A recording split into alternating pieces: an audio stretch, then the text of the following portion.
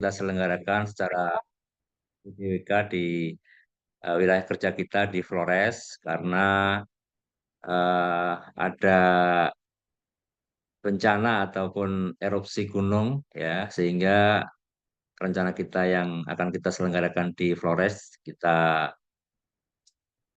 rubah menjadi online dan sudah kita laporkan kepada Pak Kapus Manajemen Manajerial dan apa namanya Kepemimpinan MB Pak Pak Syafi'i dan diizinkan karena pada mulanya di NTT ini sebenarnya ada dua kelas, yang pertama di Kupang dan yang kedua di Flores karena melihat kondisi anggaran dan lain sebagainya tidak memungkinkan kita jadikan satu, maka kegiatan ini kita pecah, yang satu kelas di Kupang dan satu kelas di Flores. Dan sekaligus kita juga menginformasikan bahwa keseluruhan untuk periode kedua ini, BDK dan PASA menyelenggarakan 6 kelas. 4 kelas kita selenggarakan di Balai Diklat, ya, dari Provinsi Bali dan Nusa Tenggara Barat. Kemudian yang untuk NTB ini karena jaraknya cukup jauh dan biaya transportasinya cukup mahal, maka kemudian kita upayakan awalnya kita datangi ke sana, kita laksanakan di wilayah kerja, tetapi karena hal-hal apa namanya kondisi alam yang tidak menentu, kita inginnya datang ke sana, tapi takutnya kita nggak bisa pulang lah, atau wah karena kita tertahan di sana akhirnya terpaksa kita upayakan dengan cara online seperti ini. Tapi semoga dengan kegiatan yang eh, kita laksanakan secara online ini teman-teman semuanya bisa mengikuti dengan sebaik-baiknya dan mohon diikuti ya, kedisiplinannya ditingkatkan ya, waktu jam masuk dan lain sebagainya mohon diikuti dengan sebaik-baiknya meskipun secara online, dan saya kira tidak mengurangi kekhidmatan dan kekhusyuan Bapak Ibu melaksanakan orientasi P3K ini, meskipun seharusnya dilaksanakan secara offline bertemu langsung dan bisa tatap muka berkenalan dengan teman-teman yang lain, tetapi karena ada hal-hal yang tidak bisa kita hindari, maka kegiatan ini kita laksanakan secara online. Oleh karena itu, Pak Kapus mohon berkenan memberikan arahan agar teman-teman P3K ini ke depan bisa melaksanakan tugas dengan sebaik-baiknya dan juga bisa menjadi ASN yang membanggakan Kementerian Agama, dapat bekerja dengan baik, berkinerja dengan optimal, dengan tantangan-tantangan yang ke depan tentunya semakin berat, maka perlu didukung SDM-SDM yang sangat luar biasa. Dan insya Allah BDK dan Pasar terus berjuang untuk memberikan layanan-layanan pelatihan untuk teman-teman semuanya. Oleh karena itu, kami berharap Pak Kapus memberikan arahan yang selengkap-lengkapnya untuk teman-teman kita, memberikan penguatan dan juga motivasi kepada kita semuanya agar ke depan kita semuanya bisa berkinerja dengan baik, mendukung seluruh program-program pemerintah, visi misi pemerintah yang sangat luar biasa ini. Oleh karena itu, sekaligus mohon berkenan untuk membuka acara kita yang kita selenggarakan secara online. Terima kasih, demikian yang bisa kami sampaikan. Akhirnya saya akhiri. Om Santi Santi Santi Om, Shalom, salam sejahtera untuk kita semuanya. Allahumma fiq ila aqwamit thoriq. Wassalamualaikum warahmatullahi wabarakatuh. Waalaikumsalam warahmatullahi. Terima kasih kami sampaikan kepada Kepala Balai Diklat pelaporan pelaksanaan yang telah disampaikan. Bapak Ibu hadirin yang kami hormati, selanjutnya marilah kita dengarkan arahan dari Kepala Pusat Pengembangan Kompetensi Sumber Daya Manusia Pendidikan dan Keagamaan, sekaligus mohon perkenan Bapak untuk dapat membuka acara pelatihan pada pagi hari ini secara resmi. Untuk itu kepada Bapak Dr. Haji Masuki MAG dengan hormat kami persilahkan. Terima kasih, moderator. Assalamualaikum warahmatullahi wabarakatuh. Salam sejahtera untuk kita semuanya. Salam, Om Swastiastu, Namo Buddhaya, salam kebajikan. Yang saya hormati Pak Suyatno sebagai Kepala Balai Diklat Keagamaan dan Pasar dan seluruh narasumber, fasilitator, widaiswara, panitia di masing-masing tempat, dan pada seluruh peserta orientasi P3K yang berada di wilayah kerja Balai Diklat Keagamaan Denpasar secara khusus berada di ND, di tempat-tempat yang lainnya yang saya melihat ini ada beberapa dari Manggarai segala macam. Alhamdulillah, syukurillah. Wassalatu wassalamu ala rasulillah wa ala alihi washabihi wa mawalah. Alhamdulillah, saya turut menyampaikan ucapan selamat kepada seluruh peserta yang telah menjadi bagian dari keluarga besar Kementerian Agama sebagai ASN, aparatur sipil negara dari jalur P3K, karena kita punya pegawai negeri sipil atau PNS, dan saat ini P3K semakin banyak dan pengangkatan P3K sebagai bagian dari aparatur sipil negara memberikan tanda bahwa apa yang selama ini dijalankan oleh Bapak Ibu semuanya, mengabdi dan berdedikasi untuk negara melalui institusi Kementerian Agama mendapatkan apresiasi dari negara. Kalau saya lihat dari baju korprinnya yang sudah dipakai semakin gagah ini. Ya, semakin gagah, semakin meyakinkan bahwa kawan-kawan yang saat ini menjadi P3K adalah orang-orang yang terpilih, orang-orang yang mendapatkan anugerah bukan saja dari negara, pemerintah terhadap apa yang selama ini sudah dijalankan, jalan-jalan pengabdian kawan-kawan semuanya, tapi ini juga bagian dari anugerah Allah Subhanahu wa taala, Tuhan yang Maha Esa, Tuhan Maha Kuasa. Karena itu pertama-tama saya ingin mengajak kawan-kawan memberikan tanda syukur itu secara lebih konkret. Syukur itu kalau kepada Allah secara vertikal sudah kita lakukan sama-sama, tapi bentuk syukur itu selain vertikal juga horizontal. Kalau kita mengatakan terima kasih Tuhan, alhamdulillah, dalam bahasa Muslim disebut dengan alhamdulillah ya Allah atas anugerah yang Kau telah berikan kepada saya. Maka juga terima kasih atau rasa syukur itu bisa diimplementasikan dalam konteks horizontal, yaitu tindakan nyata langsung yang berimplikasi kepada sesama manusia dan kita sesama bangsa. Di level rasa syukur yang saya sebutkan inilah, maka selain kita melakukan pembenahan dan perbaikan dalam masa-masa pengabdian yang sudah kita jalankan, saya ingin tanya, ada yang sudah di atas 10 tahun tidak mengabdi? Ada ya? Ada. Mungkin Pak Darjiman dari NTT sudah Banyak. berapa lama ini? Saya sudah 12 tahun 8 bulan. 12 tahun 8 bulan. Nah, betul.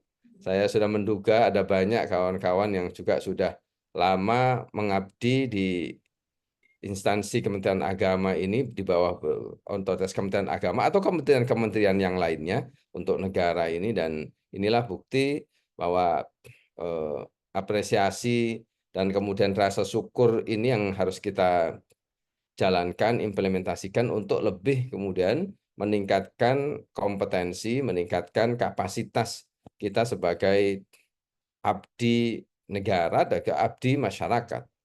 Aparatur sipil negara itu adalah abdi negara, tapi juga abdi masyarakat.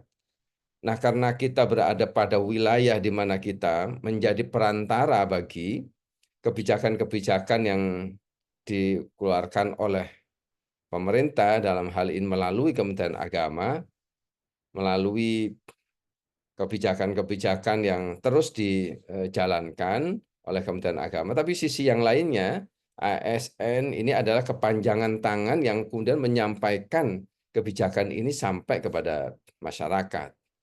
Kalau kawan-kawan ada yang menjadi guru, maka P3K guru ya tetap mengabdi menjalankan tugas sebagai guru yang fungsi perantara tadi itu menjadi sangat penting karena mentransformasi langsung kepada anak-anak didik kita. Anak didik, murid-murid kita yang berada di sekolah mendapatkan layanan terbaik karena apa? Karena amanat dari konstitusi Indonesia mencerdaskan kehidupan bangsa adalah bagian yang sangat-sangat penting di tangan guru, aparatur sipil negara kita, yaitu guru, yang kemudian bisa menerjemahkan, bisa mengimplementasikan secara konkret dalam bentuk pembelajaran di sekolah, di madrasah, dan sekolah agama. Nah, ini contoh yang konkret di mana layanan yang dijalankan oleh Kementerian Agama yang langsung bersentuhan, berhadapan dengan masyarakat, dan karenanya sekali lagi bahwa fungsi ASN, aparatur sipil negara di sini, adalah menjadi penyambung lidah, tapi juga menjadi perantara penting bagi kebijakan-kebijakan negara dalam banyak hal, baik itu berkenaan dengan pendidikan maupun keagamaan. Kalau tadi saya mencontohkan pendidikan sebagai P3K guru, ada di antara kawan-kawan ini ada yang menjadi P3K dari penyuluh agama tidak? Ada dari penyuluh agama? Mungkin bisa raise hand. Oke, baik. Pak Elisius Udit, ya. Ini sebagai penyuluh agama. Sudah berapa lama Bapak menjadi penyuluh agama, Pak Elisius? 5 tahun, 5 tahun. 5 tahun. Ada lagi yang lainnya yang menjadi penyuluh agama? Bisa raise hand, bisa angkat tangan. Ya, baik. Contoh yang tadi Pak Elisius yang sudah menjalankan tugas sebagai penyuluh agama, 5 tahun cukup memiliki waktu, pengalaman, sekaligus melakukan refleksi terhadap tugas-tugas yang selama ini dijalankan berkenaan dengan bagaimana pesan-pesan keagamaan itu sampai ke masyarakat. Kalau kita lihat pesan-pesan keagamaan yang sampai ke masyarakat adalah juga warna bagaimana nilai-nilai keagamaan yang menjadi kebijakan dari Kementerian Agama itu dijalankan oleh fungsi-fungsi penting di Kementerian Agama, yaitu melalui penyuluh agama ini, sehingga pesan-pesan dan juga kebijakan-kebijakan penting pemerintah berkaitan dengan penataan keagamaan, pengembangan kehidupan umat beragama, kerukunan umat beragama, toleransi, dan juga bagaimana menyiapkan masyarakat plural, masyarakat yang majemuk, itu bisa sampai melalui penyuluh agama, salah satu penyuluh agama. Tapi juga pendidik-pendidik agama kita di madrasah, di sekolah, sama juga fungsinya menerjemahkan dalam konteks pembelajaran di lembaga pendidikan kita. Dan itu lagi-lagi bahwa peran penting dari ASN P3K yang kebetulan Bapak, Ibu sebagai guru atau penyuluh agama, ada yang di jabatan fungsional yang lainnya mungkin sebagai peranata komputer atau peranata humas atau yang lainnya. Saya tadi karena tidak mendapatkan profil masing-masing kawan-kawan, saya tidak tahu misalnya Bu Benedikta Saum. Benedikta Saum ini sebagai apa? Bu Benedik. Ya, selamat pagi Pak. Pagi, Saya sebagai guru di MTS Negeri, guru seni Pak. Guru seni, oke. Terima Iya. kasih. Ya, guru seni di madrasah. Jadi sama pesan-pesan yang dijadikan bahwa guru seni karena sebagai guru juga melatih dengan kebetulan menjadi guru mata pelajaran yang spesifik berkaitan dengan seni.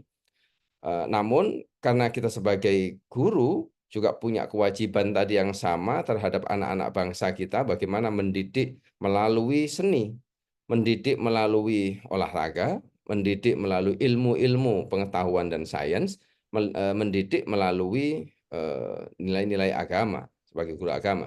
Posisi sama semuanya di dalam konteks kita sebagai aparatur sipil negara memiliki kewajiban bagaimana mentransformasi tadi itu menjadikan tugas fungsi kita ini dalam dua gardan sekaligus. Saya dua level sekaligus. Level di mana kita memiliki tadi langsung tanggung jawab kebangsaan.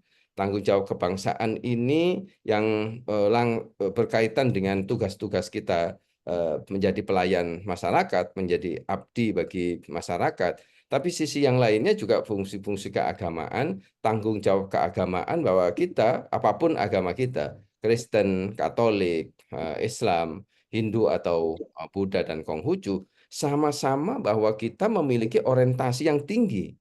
Dan inilah nilai-nilai keagamaan yang terejawantahkan, bahkan juga terrefleksi, terinternalisasi di dalam diri setiap ASN, setiap pegawai di lingkungan Kementerian Agama.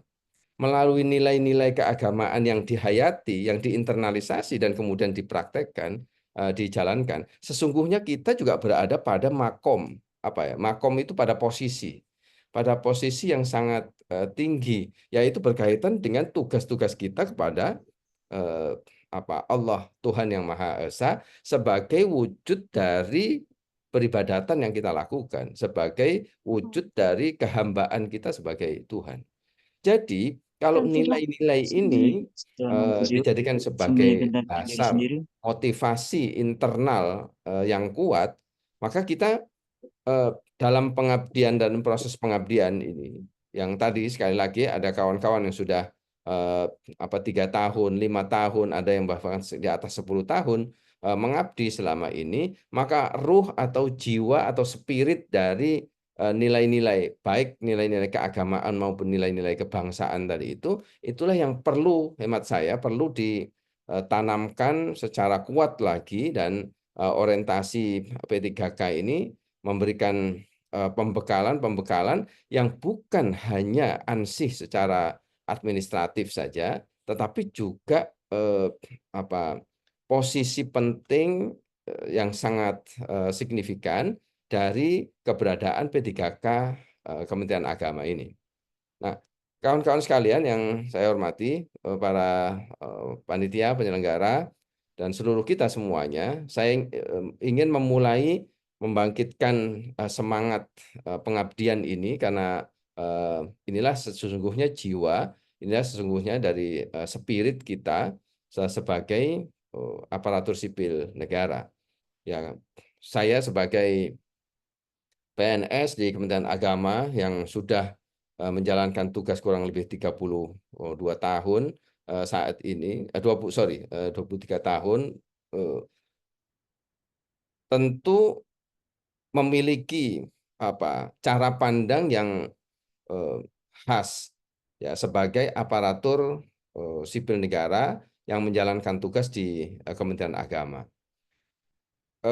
Menteri Agama beberapa kali menyampaikan di dalam ceramah-ceramah beliau, Profesor Dr. Kiai Haji Nasaruddin Umar, untuk kita memberikan pelayanan kepada masyarakat di mana nilai-nilai agama yang kita usung, kita bawa, dan bahkan ini menjadi tanggung jawab. Jangan dijadikan sebagai beban.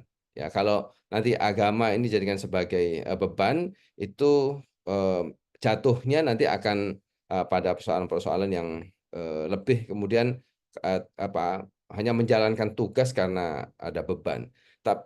Tapi kalau ini sebagai bagian dari tanggung jawab kita, bahwa menjalankan tugas ini adalah sebagai bagian dari tanggung jawab kita sebagai aparat tadi, sebagai pelayan, sebagai wasilah. Ya, wasilah itu cara agar kita bisa menjalankan tugas di masing-masing tempat kerja kita itu mendapatkan spirit yang lebih kuat, yang mendapatkan spirit tadi yang sifatnya adalah dari diri kita sendiri, muncul dari diri kita sendiri, bahwa apa yang kita jalankan itu memiliki makna penting dan juga bermanfaat, berdampak kepada masyarakat. Ini yang sering kali disampaikan oleh Bapak Menteri Agama, dan saya menyambung lidah dari apa yang menjadi concern dari Menteri Agama, termasuk berkaitan dengan tugas-tugas kita sebagai guru atau sebagai penyuluh agama, atau tugas-tugas yang lain di jabatan-jabatan fungsional lainnya yang Bapak Ibu sekarang akan jalani dan geluti, dan insya Allah ini menjadi bagian dari keluarga besar Kementerian Agama.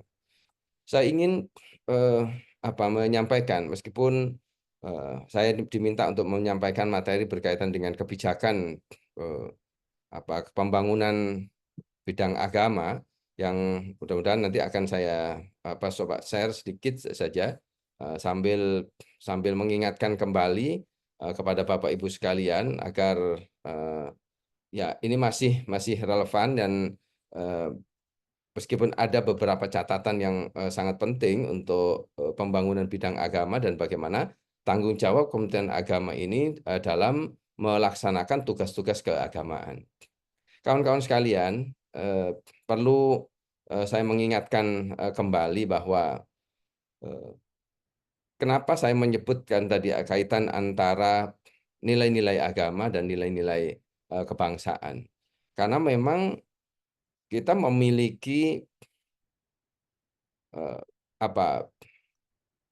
way of life, ya, way of life, cara hidup, pedoman bahkan ideologi negara Pancasila yang itu merepresentasikan, bahkan menjadikan nilai-nilai agama itu sangat-sangat penting dalam konteks kenegaraan, dalam konteks kebangsaan Indonesia.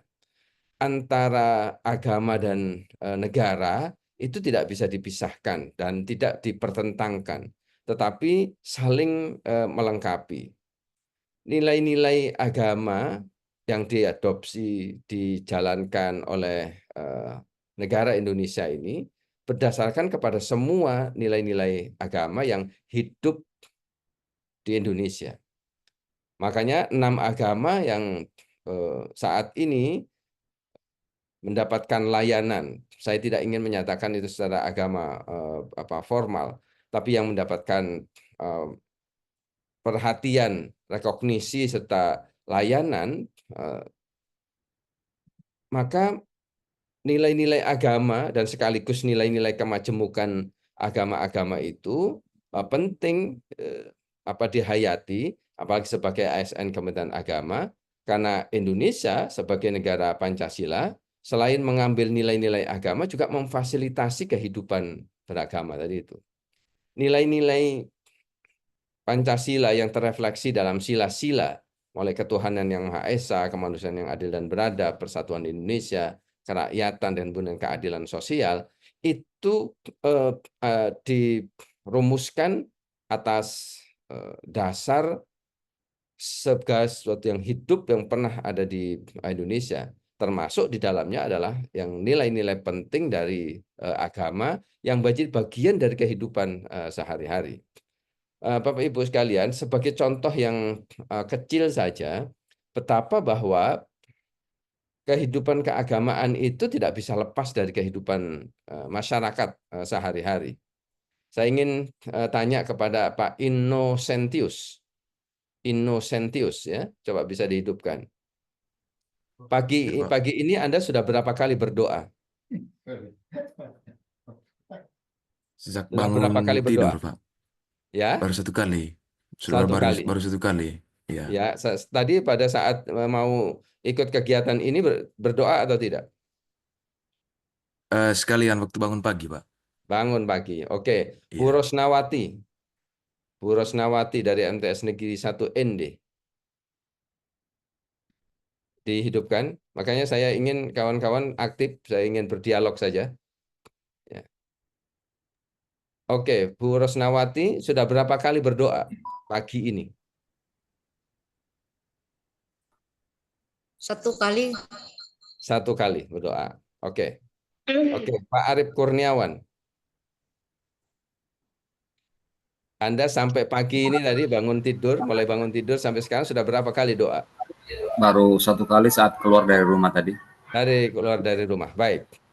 Bapak Ibu sekalian, doa itu saya ingin sampaikan. Doa itu meskipun Pak Innocentius dari Kristen atau Katolik Anda? Katolik, Bapak. Dari Katolik ya. Katolik mau Muslim, Bu Rosnawati ini Muslim ya. Ya, Muslimah. Itu sama-sama bahwa doa itu adalah bagian dari cara hidup kita. Dan itulah implementasi nilai-nilai keagamaan yang tidak bisa dipisahkan dari kehidupan masyarakat Indonesia. Doa. Ada doa keluar dari rumah, doa bangun tidur, mau makan pasti. Oh, Anda belum sarapan ya, Innocentius? Belum sarapan Sudah, Anda? Pak. Ya. Sudah, Kan mau Pak. makan pastilah sebagai Katolik itu ya Iya, membaca doa, toh? pasti, Ya. Pak. Ya. Pasti. Nah, jadi doa itu adalah bagian dari tadi itu kehidupan keagamaan. Nah, nilai-nilai agama itu yang dalam penyelenggaraan pelaksanaan di negara Pancasila yang kita ikuti itu karena memang tidak bisa nilai-nilai keagamaan ini dilepaskan dari kehidupan masyarakat Indonesia yang religius, yang sangat agamis itu. Oke, saya akan contohkan lagi. Ini lagi-lagi yang kebetulan saya lihat di layar. Ada Bu Hairunisa ya, yang saya Iya, lihat. Pak. Oke, Assalamualaikum. salam. Bu Hairunisa ini menggunakan jilbab, betul ya? Iya, Pak. Saya ingin tanya, Ibu Nisa kenapa menggunakan jilbab? Sementara Bu Ermelinda misalnya, itu tidak menggunakan jilbab. Apa alasannya, Hairunisa? Yang pertama, agama saya, agama Islam, menganjurkan perempuan itu menutup aurat dengan berjilbab dan Ya. berpakaian yang tertutup. Ya, oke. Nah, jadi ini sekali lagi, jadi alasan keagamaan. Anda memakai jilbab itu bukan karena ikut tren begitu ya, nggak karena ikut tren, ikut-ikutan gitu. Tapi ada sesuatu yang nilai agama yang melekat kepada kehidupan kita sehari-hari. Inilah nilai-nilai agama tadi itu. Nah, bagaimana negara ini juga memfasilitasi kehidupan beragama yang dijalankan tadi oleh Bu Hairunisa, oleh Maria Irvin, oleh Innocentius, oleh Benedikta Saum, dan seterusnya, yang itu sama-sama menjalankan fungsi nilai-nilai agama dan terfasilitasi. Jadi kalau anak-anak didik kita, orang-orang masyarakat kita yang agamis tadi itu ingin menjalankan nilai-nilai agamanya, maka negara hadir untuk memfasilitasi kehidupan keagamaan itu. Melalui Kementerian Agama lebih-lebih lagi akan sangat terlihat fungsi-fungsi keagamaan tadi itu. Makanya ada madrasah, ya, ada rumah ibadah, ya. Rumah ibadah ini juga sama penting karena setiap agama memiliki peribadatan yang khas yang berbeda-beda. Karena itu ada masjid, ada pura, ada gereja, ya, ada wihara.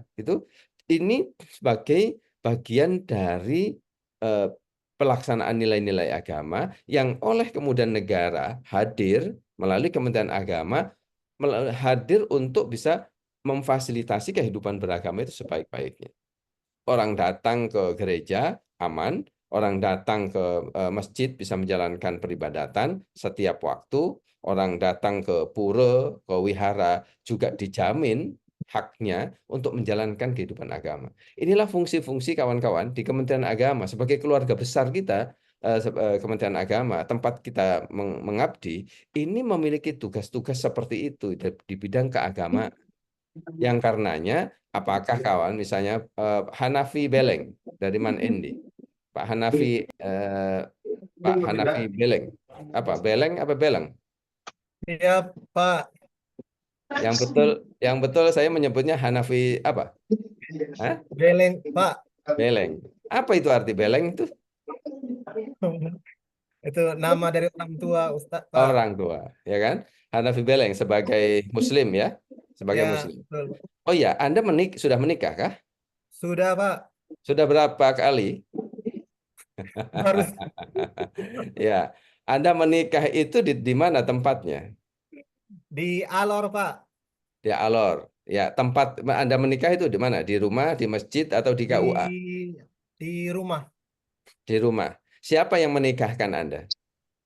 Ada petugas dari kantor urusan agama sama kantor Ya, urusan agama.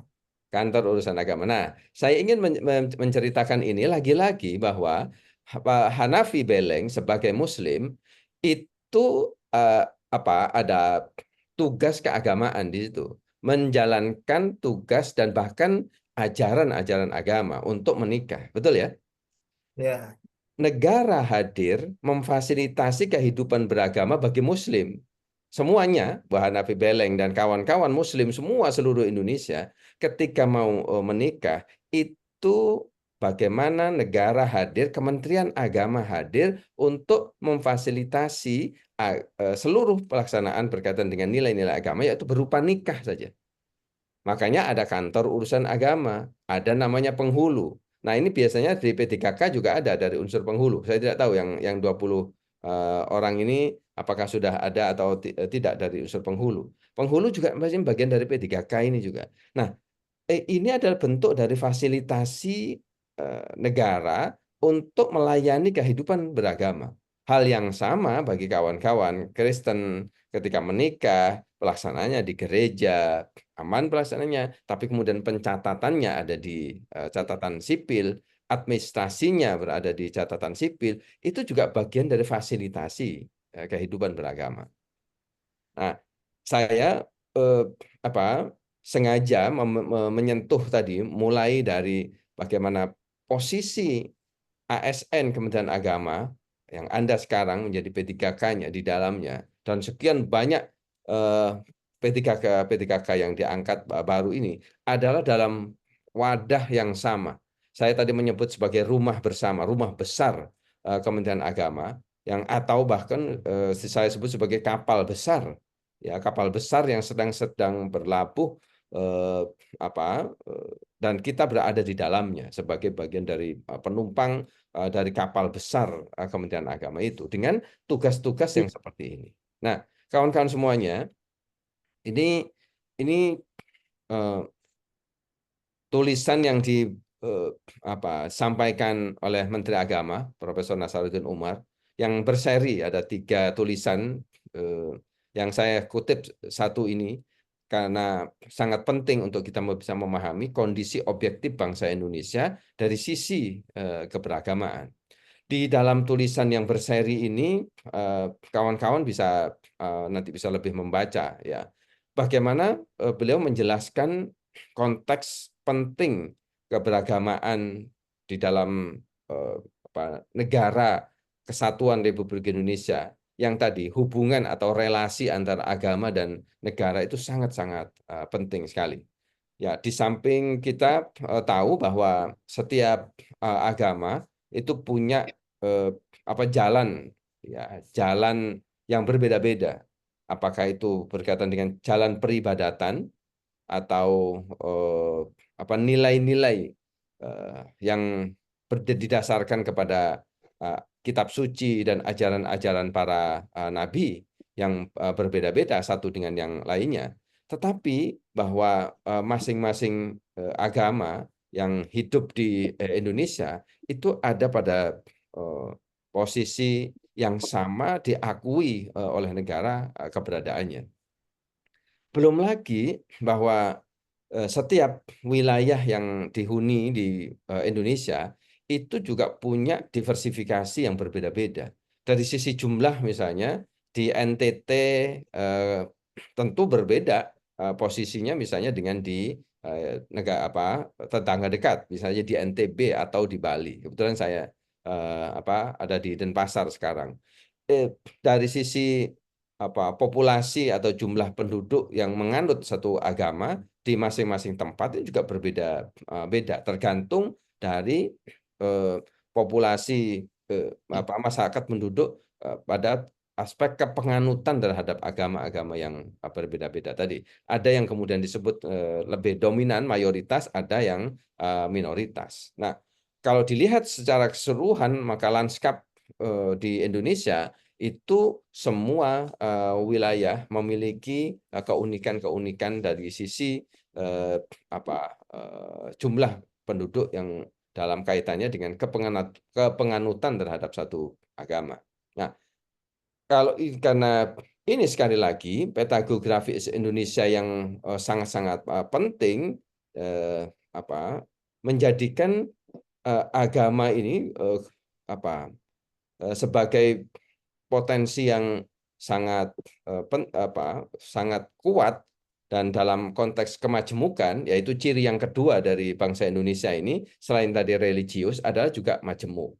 Majemuk sekaligus religius, religius juga sekaligus majemuk.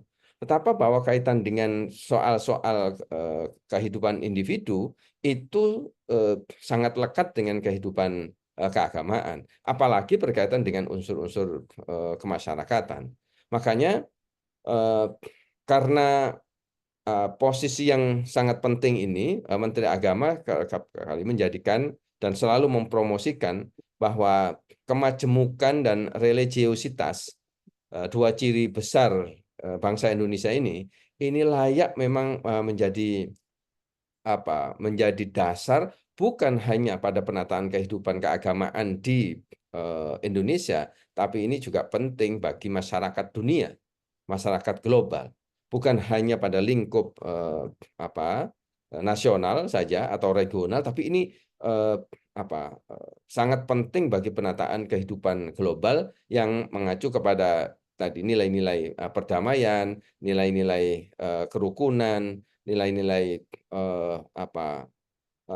kesamaan, kesederajatan, dan yang penting adalah memahami kemajemukan itu secara lebih cerdas. Dan kita Indonesia sekali lagi, meskipun kita berbeda-beda dari suku, dari bahasa, berbicara dengan bahasa yang berbeda-beda, dan juga menganut agama yang berbeda-beda, tapi kita diikat dalam satu kesatuan sebagai negara yang sama, dan karenanya kemudian kita bisa menunjukkan persatuan, rasa toleransi yang sangat-sangat tinggi, kerukunan umat beragama yang sangat kondusif, dan seterusnya. Inilah nilai-nilai, meskipun kita unik sekaligus diverse, berbeda-beda, tapi ada kita nilai-nilai ikatan yang dijadikan sebagai basis atau dasar bagi kehidupan kebangsaan kita. Dan itu lagi-lagi Pancasila menjadi melting pot. Makanya saya sebutkan tadi ini sebagai melting pot, sebagai titik temu dari berbagai kemajemukan yang ada, baik agama, suku, bahasa, golongan, bahkan juga tempat tinggal kita itu berbeda-beda satu dengan yang lain. Pak Ismail Lope, ini dari kabupaten mana ini?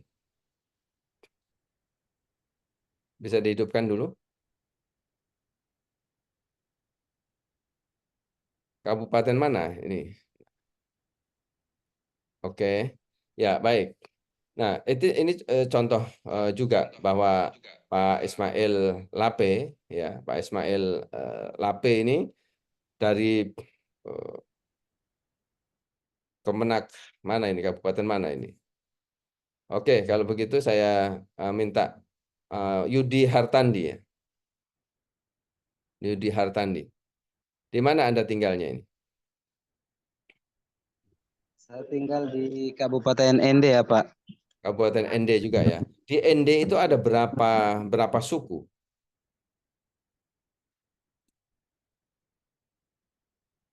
Ya, halo?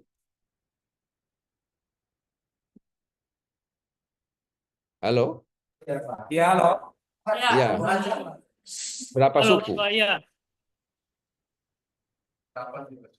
Oke, mungkin kendala sinyal ya. Oke, bisa dibantu Pak Safrudin atau Pak Safrudin Bahrudin?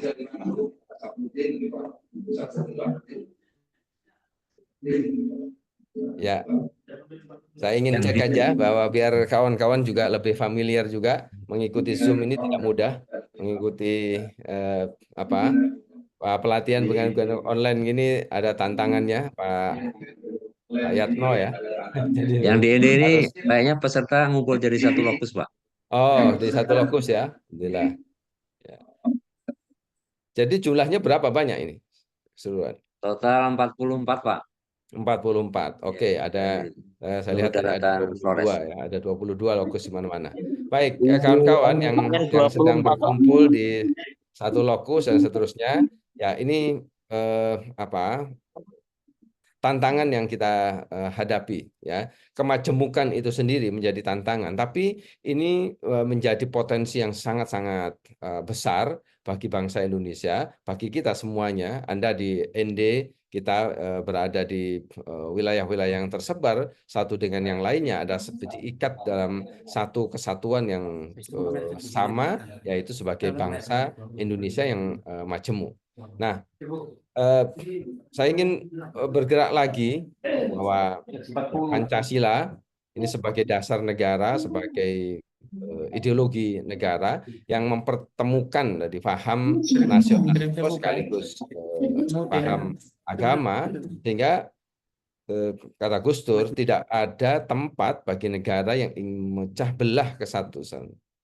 Persatuan dan kesatuan kita ini terikat tadi itu dengan salah satunya adalah Pancasila sebagai pemersatu bangsa.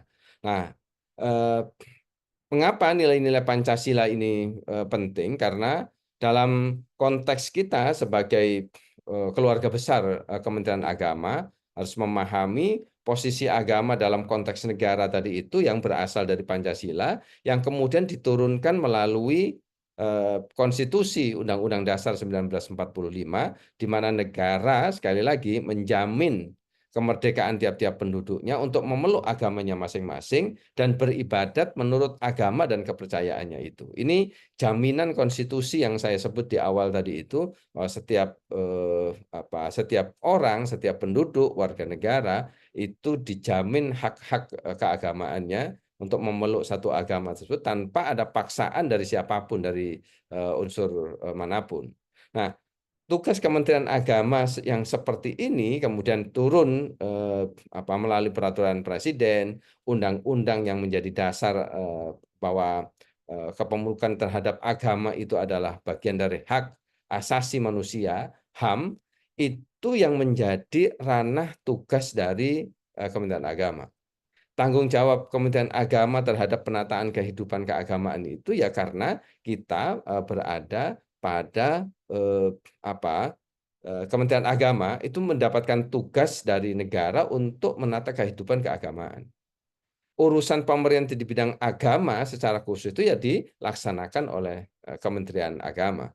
Karena itu kawan-kawan yang mungkin berasal dari instansi lain, ya, entah dari Pemda mungkin atau dari sebelumnya dinas atau kementerian lain, ya kadang mungkin dari pendidikan kemudian masuk ke P3K di Kementerian Agama, yang saya lihat di beberapa tempat sebelumnya mengabdi di kementerian yang lainnya. Tapi ketika kita sudah masuk di dalam Kementerian Agama sebagai keluarga besar Kementerian Agama, yang saya ibaratkan tadi kita berada dalam kapal besar sebagai penumpang di Kementerian Agama, maka kita misinya harus sama, ya, harus memahami apa tugas yang dibebankan oleh negara ini kepada Kementerian Agama.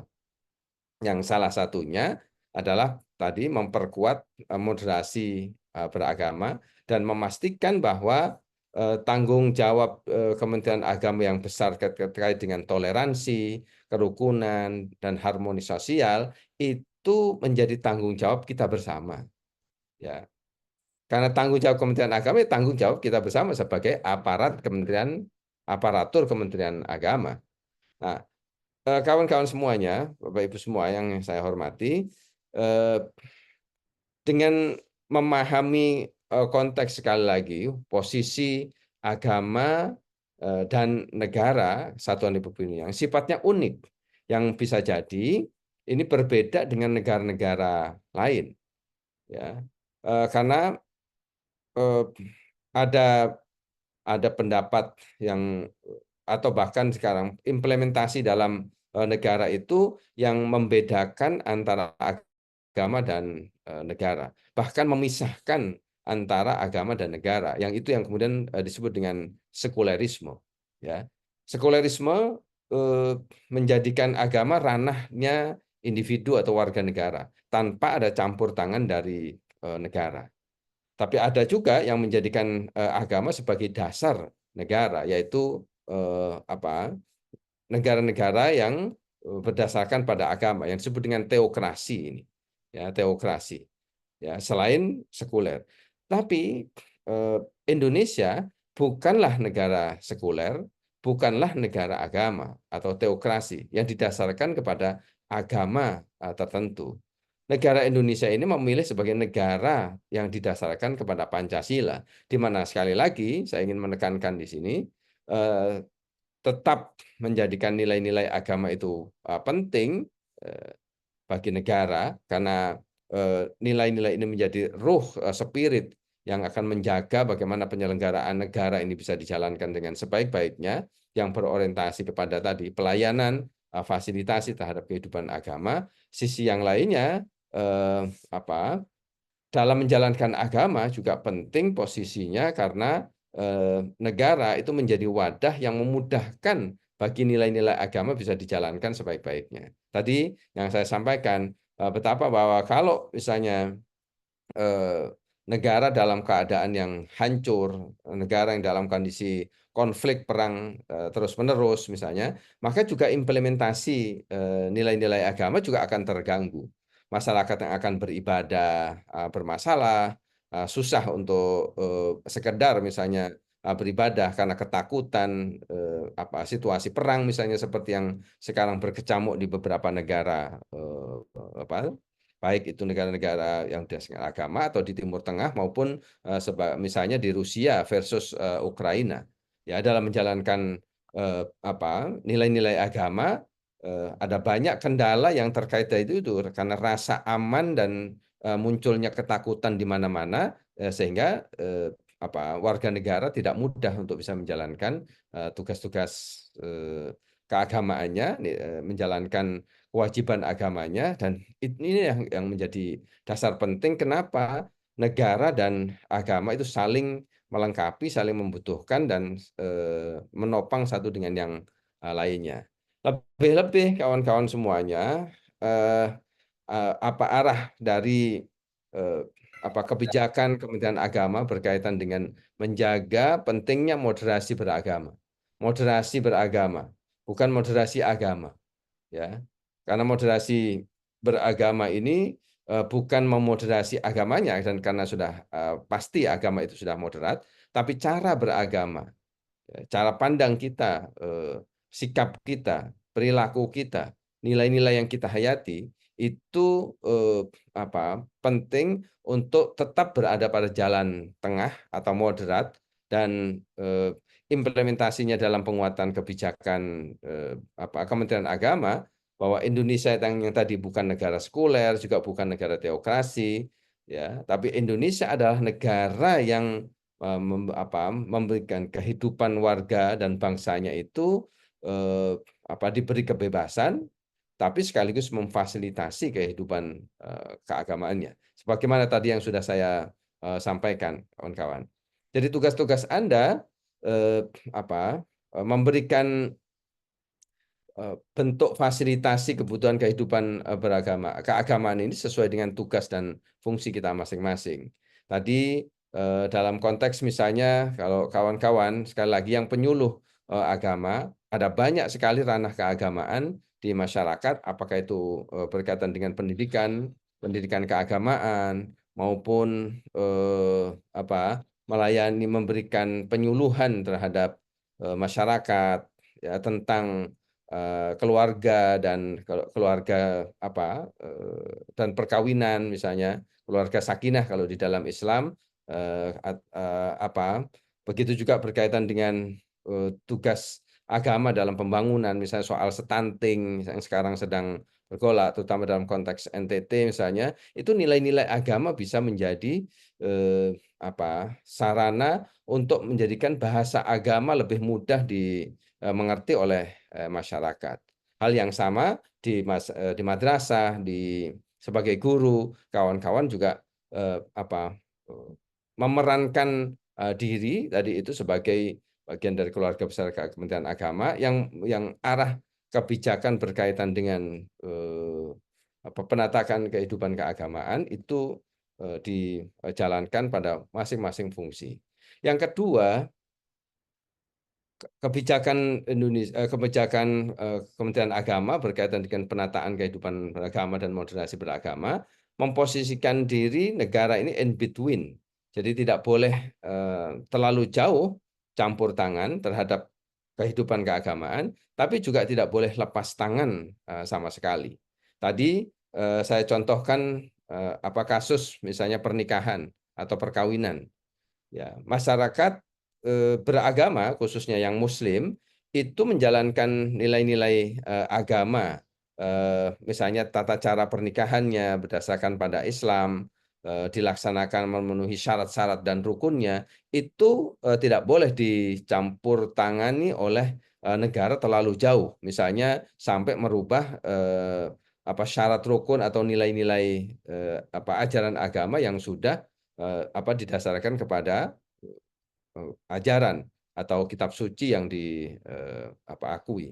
Ya, tidak boleh sampai campur tangan terlalu jauh. Tetapi karena pernikahan itu urusan individu sebagai warga negara, maka pengaturan kehadiran dari negara dalam hal ini Kementerian Agama adalah meregulit, mengatur agar bagaimana seluruh implementasi dari nilai-nilai agama tadi itu tidak sampai berbenturan satu dengan yang lainnya, namun menciptakan keharmonisan, menciptakan suasana yang aman, tidak terjadi konflik dan seterusnya. Maka muncullah regulasi berkaitan dengan perkawinan, termasuk tadi ada kantor urusan agama, ada peraturannya, kemudian ada tenaganya yaitu dari penghulu dan seterusnya. Ini bentuk yang contoh yang lebih mudah, konkret yang saya sampaikan bahwa posisi in between itu yang perlu diperhatikan. Dan kawan-kawan sekali lagi sebagai P3K di Kementerian Agama harus paham, harus memahami bagaimana fungsi dari kebijakan Kementerian Agama ini dan negara kita memposisikan antara agama dan negara. Karena sekali lagi bahwa agama ini memiliki titik krusial yang sangat-sangat kuat, bisa menjadi potensi yang bisa menumbuhkan semangat persatuan, tetapi agama juga menjadi potensi yang bisa menghancurkan hubungan kerukunan satu dengan yang lainnya. Pemicu yang sangat kuat, dahsyat itu adalah salah satunya adalah tentang agama. Kalau masalah agama saja, karena itu tadi menjadi bagian dari setiap warga negara dan umat, maka kalau ada muncul permasalahan terkait dengan agama, itu kerap kali menjadi pemicu justru yang tidak produktif. Nah, makanya pengaturan terkait dengan agama dan posisinya dengan negara itu sedemikian rupa dan posisi in between ini. Nah, terakhir yang ingin saya sampaikan kawan-kawan semuanya, saya tidak bisa lebih panjang lagi berkaitan dengan visi misi Kementerian Agama yang tadi saya sebutkan. Insya Allah tahun 2024 ini akan berakhir dan visi misi Kementerian Agama akan diperbarui. Saat ini sedang digodok untuk nanti di 2025, 2029 akan ada visi misi Kementerian Agama yang baru, yang lebih sesuai dengan kebutuhan dan juga dinamika di internal Kementerian Agama atau juga kebutuhan-kebutuhan yang tadi sifatnya lebih strategis. Nah, contoh dari visi misi Kementerian Agama yang saat ini masih tetap kita jalankan, itulah yang tadi terefleksi semuanya bahwa Kementerian Agama yang profesional, ya. Saya minta tolong dibacakan coba oleh kawan saya dari ini Pak Nurdin Doko Asan ya, dari MAKNND ini. Pak Nurdin bisa membacakan ini visi dan misinya sekaligus. Visinya Kementerian Agama yang profesional dan andal dalam membangun masyarakat yang saleh, moderat, cerdas, dan unggul, mewujudkan Indonesia maju yang berdaulat, mandiri, dan berkepribadian berdasarkan gotong royong. Oke, misinya? Misinya yang pertama, meningkatkan kualitas kesalehan umat beragama. Yang kedua, memperkuat moderasi beragama dan kerukunan umat beragama. Yang ketiga, meningkatkan layanan keagamaan yang adil, mudah, dan merata. Yang keempat, meningkatkan layanan pendidikan yang merata dan bermutu.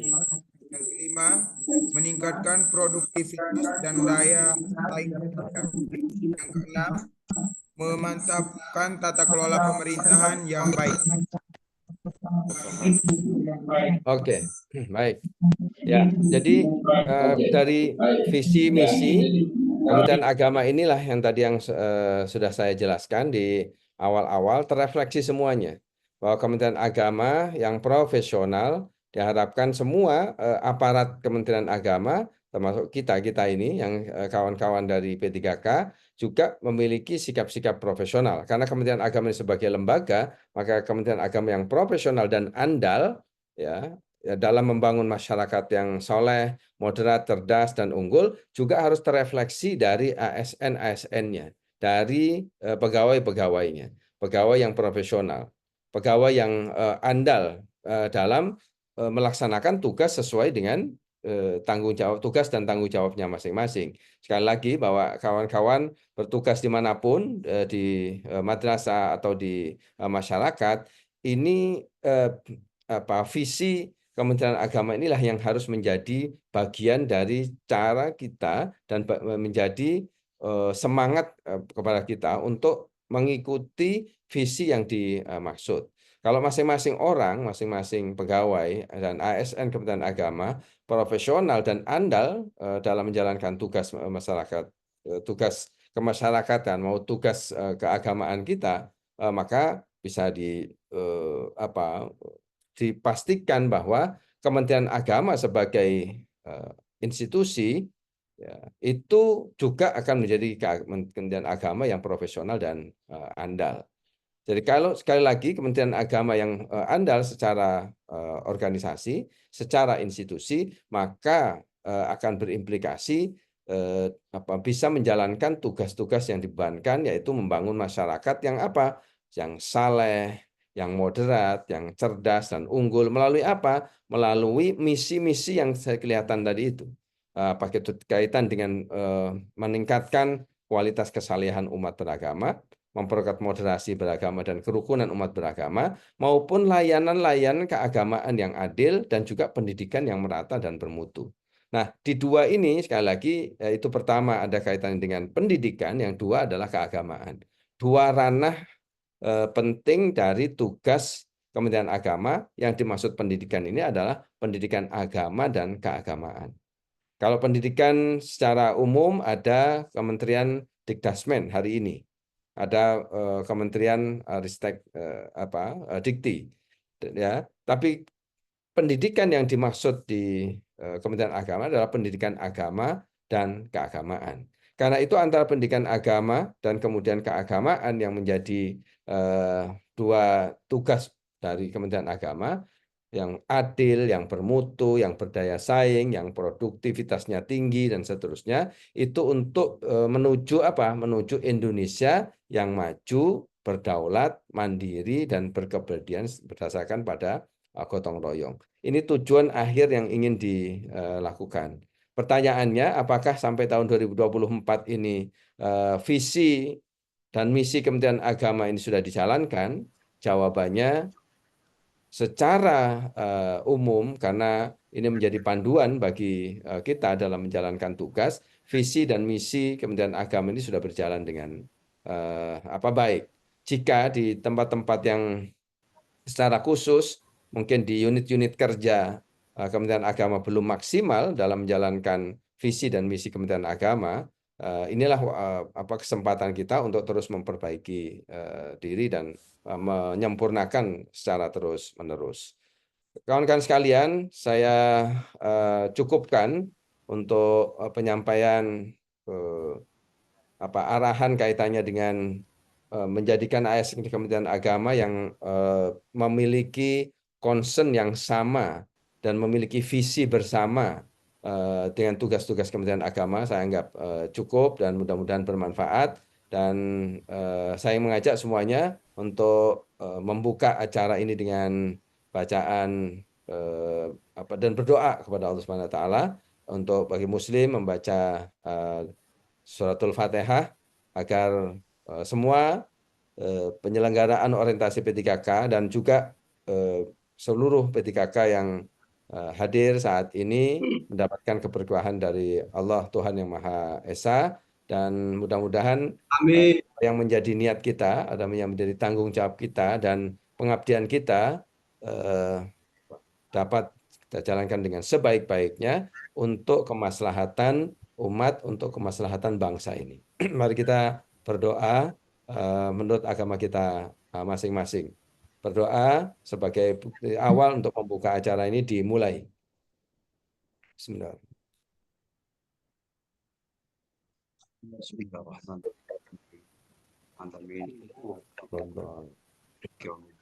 Terima kasih. Demikian, mohon maaf hal-hal yang berkurang yang saya sampaikan. Assalamualaikum warahmatullahi wabarakatuh. Waalaikumsalam warahmatullahi wabarakatuh. Terima kasih Pak Kapus. Terima kasih Pak. Terima kasih Pak. Dengan kompetensi sumber daya manusia pendidikan daya manusia. Bapak Bapak untuk memberikan arahan dan membuka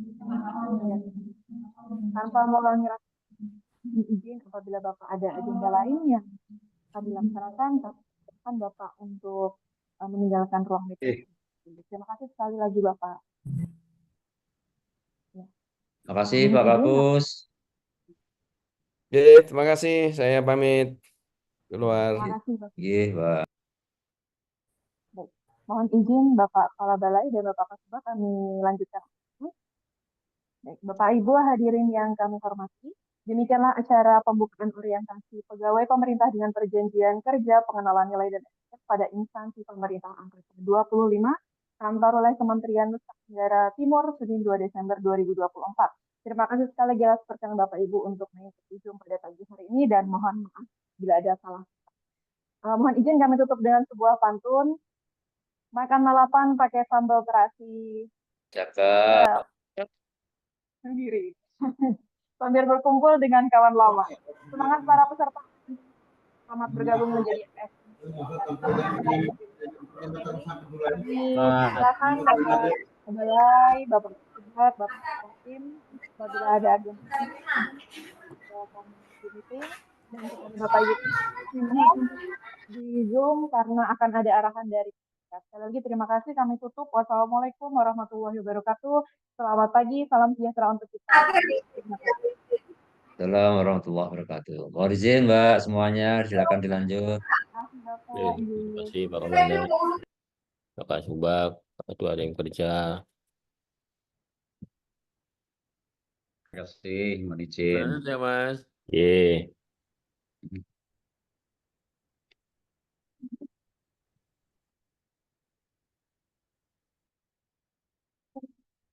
Terima kasih Mbak Cucu. Ya. Semangat pagi Bapak Ibu semuanya. Selamat pagi Pak. Pagi luar biasa. Luar biasa ya. Salam akal sehat, luar biasa. Apa kabarnya Bapak Ibu? Baik, baik, baik. Sehat semua ya. Alhamdulillah. Sehat. Ya. Ini di tampilan Zoom kami sudah hadir semua ya? Saya tidak mengecek lagi satu persatu ini. Kalau di kepesertaan 29, yang jadi satu layar mana dia? MAKN-nya. Tadi sempat saya lihat ada kelihatan, tapi silakan bisa dimunculkan dulu videonya Bapak Ibu, di-on-kan. Muncul lah.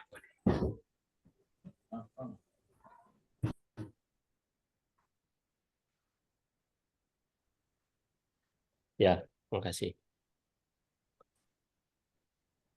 Tidak lupa juga saya sapa dulu yang pertama Ibu Dr. Made Widya Astuti yang sudah hadir dari tadi, Ibu Widi. Biasa kami panggil Bu Widi ya. Ini Widya Suara kita Bapak Ibu yang nantinya akan mendampingi Bapak Ibu memberikan materi sampai hari Jumat. Jadi mungkin hari ini Bapak Ibu setelah pembukaan, kemudian nanti ada sedikit pengarahan dari kami di panitia, dan kemudian ada tes ya Bu Widya hari ini ya. Ya, siapa Dedi? Oke, nanti mudah-mudahan sudah bisa dibuka dan bisa dikerjakan. Tadi saya lihat di Simade masih di Haidan. Ya. Bapak Ibu mau langsung pengarahan apa istirahat dulu? Atau menikmati snack yang ada? Istirahat. Istirahat dulu, Pak. Boleh istirahat dulu, Pak. Kita kembali jam 10 kurang 15 ya? Siap. 10 kurang 15. Ya. Oke, siap. Siap. Oke. Bapak Ibu silakan yang mungkin ingin ke toilet atau minum sebentar silakan. Siap.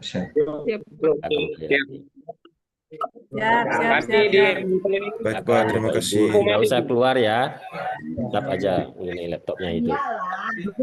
Ya Pak.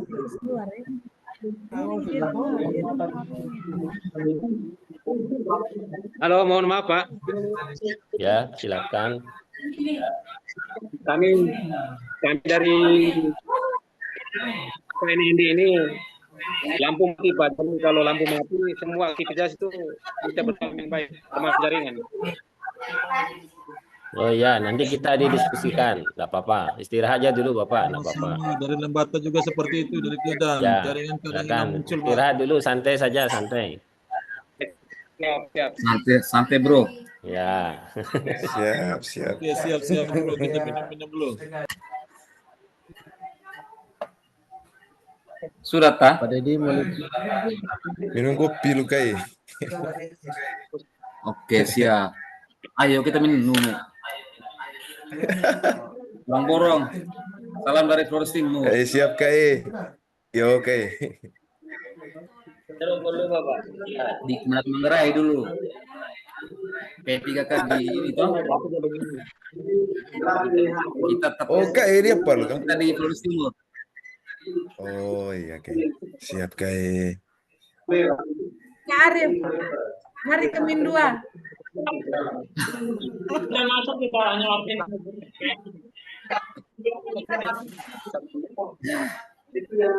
Salam kenal. Ngopi dulu Pak Arif. Ngopi dulu. Ngopi lagi, Bre.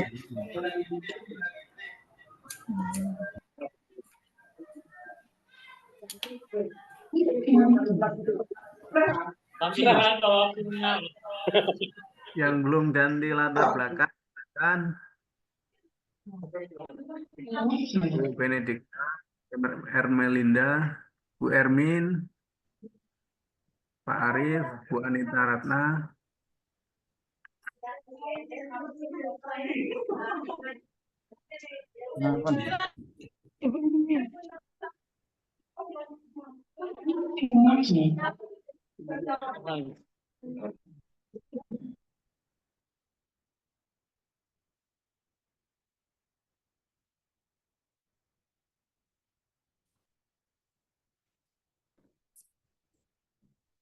Sudah,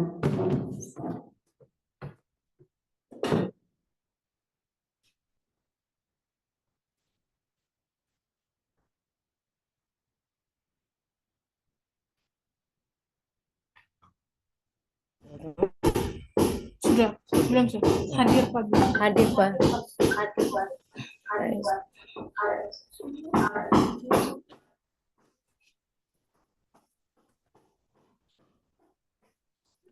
Terus?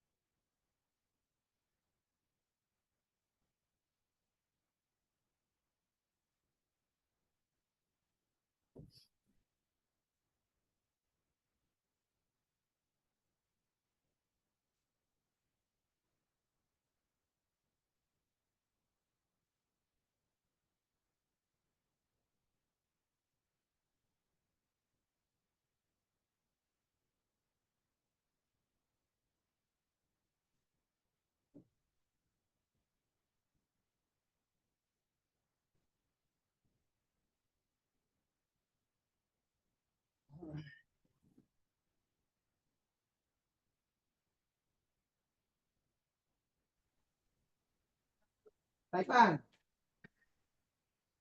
ada kok.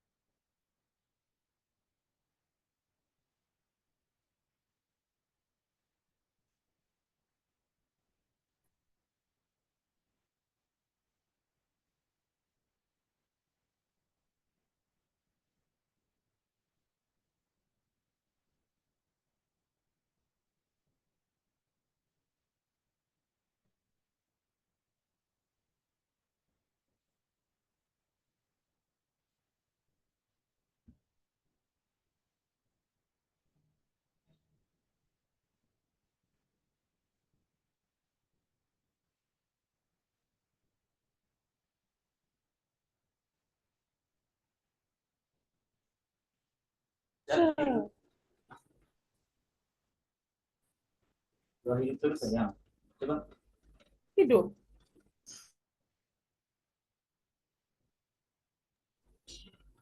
Jadi. Masalahnya sekarang.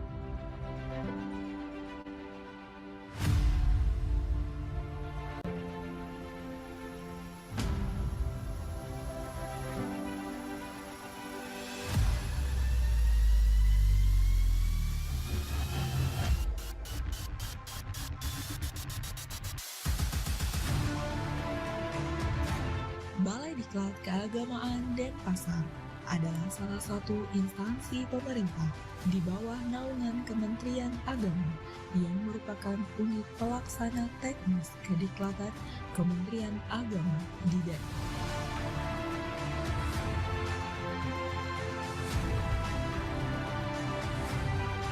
Balai Diklat Keagamaan Denpasar secara hierarki bertanggung jawab kepada Badan Litbang dan Diklat Kementerian Agama Republik Indonesia serta merupakan salah satu dari 14 balai diklat keagamaan di seluruh wilayah Indonesia.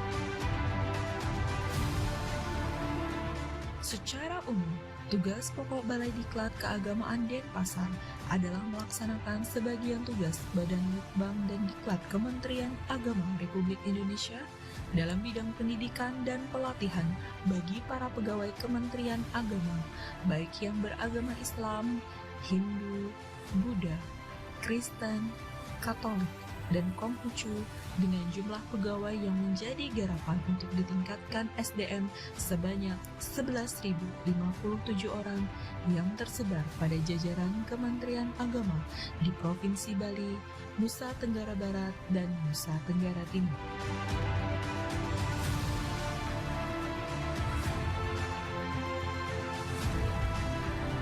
Dalam melaksanakan tugas tersebut, Balai Diklat Keagamaan Denpasar menyelenggarakan fungsi sebagai penyusun dan pembuat rencana diklat di tingkat daerah, pengkoordinasian penyelenggaraan diklat di tingkat daerah, pelaksana dan evaluasi diklat, serta pengembangan kelompok Widya Iswara.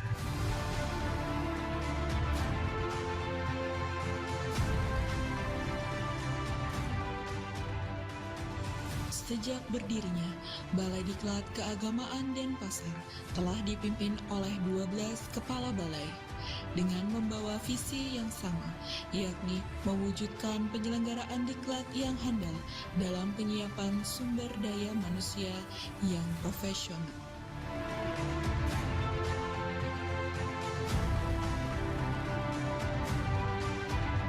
Didukung oleh 74 ASN, Balai Diklat Keagamaan Denpasar terus berbenah dan berupaya untuk terus bersinergi dan berkolaborasi demi mewujudkan penyelenggaraan diklat yang handal dalam penyiapan sumber daya manusia Kementerian Agama yang profesional.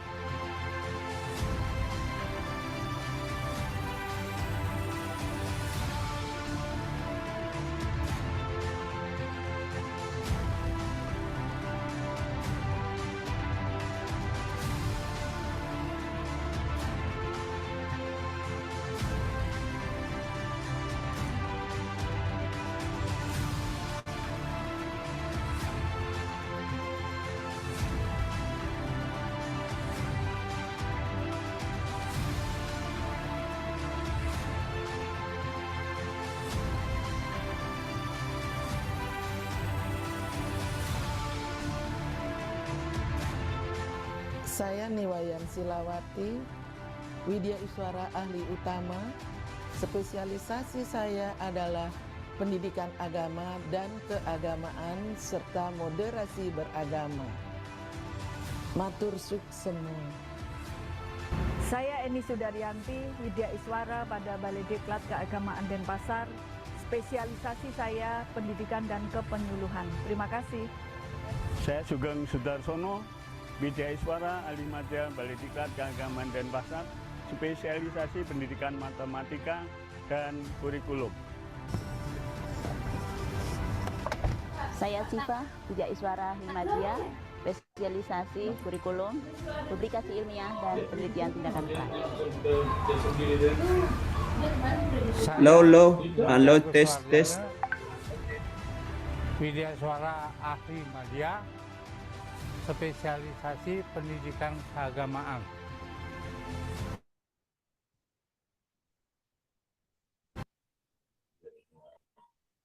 Saya Siti Rahma, Widya Iswara, Ahli Madya, Balai Diklat Keagamaan Denpasar dengan spesialisasi ilmu perpustakaan dan materi administrasi.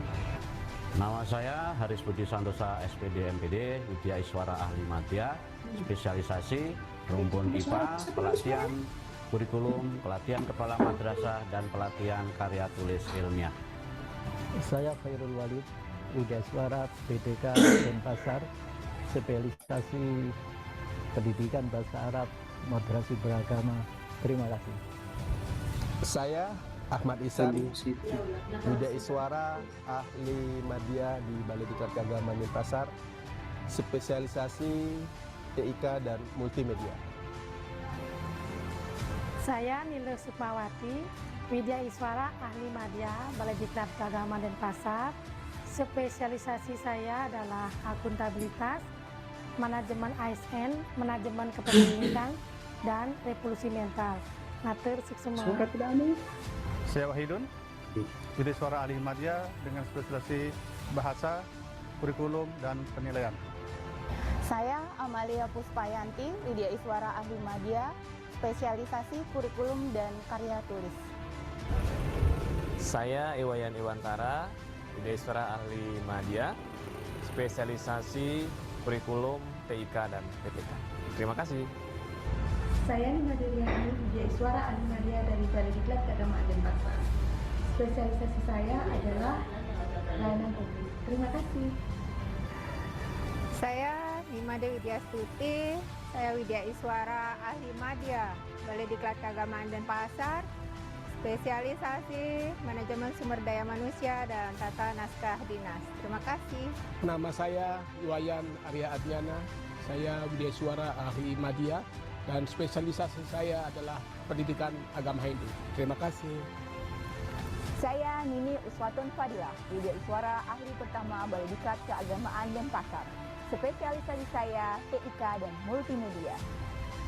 Saya Ardiwan, Widya Iswara ahli muda, spesialisasi pendidikan agama Islam pada sekolah umum dan kemasjidan. Saya Arif Anggun Pratiwi, Widya Iswara ahli pertama Balai Diklat.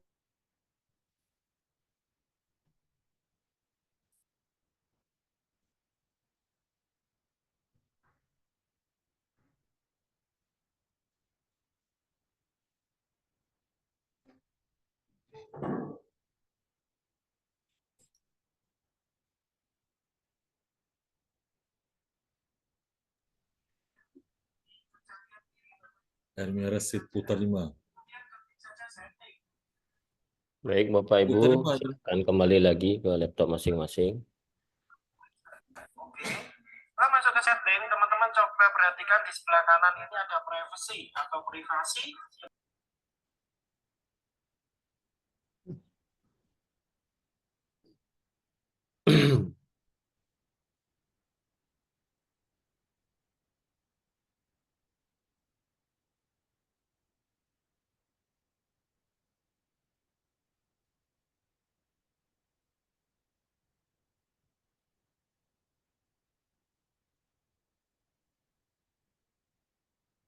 Yang tadi mati listrik, sudah bisa nyambung lagi, bergabung Bapak Ibu.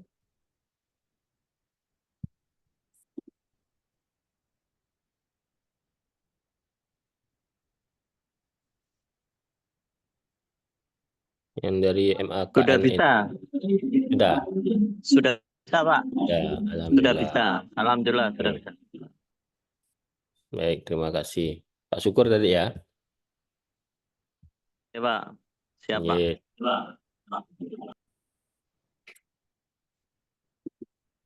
Oke, baik. Kita mulai saja Bapak Ibu. Bismillahirrahmanirrahim. Assalamualaikum warahmatullahi wabarakatuh.